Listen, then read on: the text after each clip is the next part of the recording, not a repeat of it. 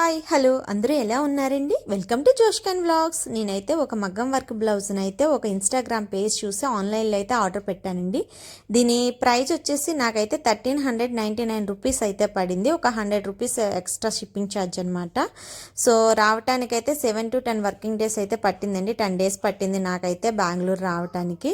So quality ఎలా ఉందో ఏంటో అయితే చూసేద్దాం రండి. సో పార్సల్ అయితే ఇలా వచ్చింది ఈ విధంగాన. ఫ్యాబ్రిక్ వచ్చేసి నాకైతే బాగా అనిపించింది అనమాట. మంచి పట్టు ఫ్యాబ్రిక్ అయితే తీసుకున్నారు. క్లాత్ అయితే చాలా బాగుంది.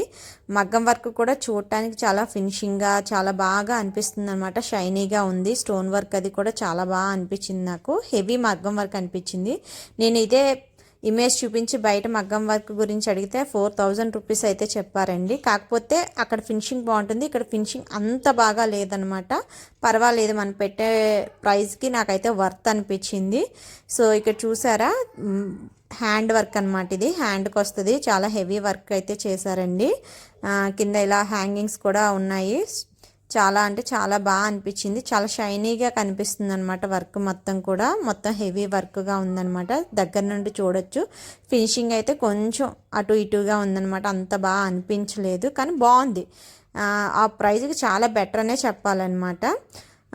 ఇక నెక్ ప్యాటర్న్ చూసుకుంటే ఈ విధంగా అయితే ఇచ్చారండి. నెక్ ప్యాటర్న్లో మాత్రం చాలా వరకు స్టోన్స్ మిస్ అయినాయి.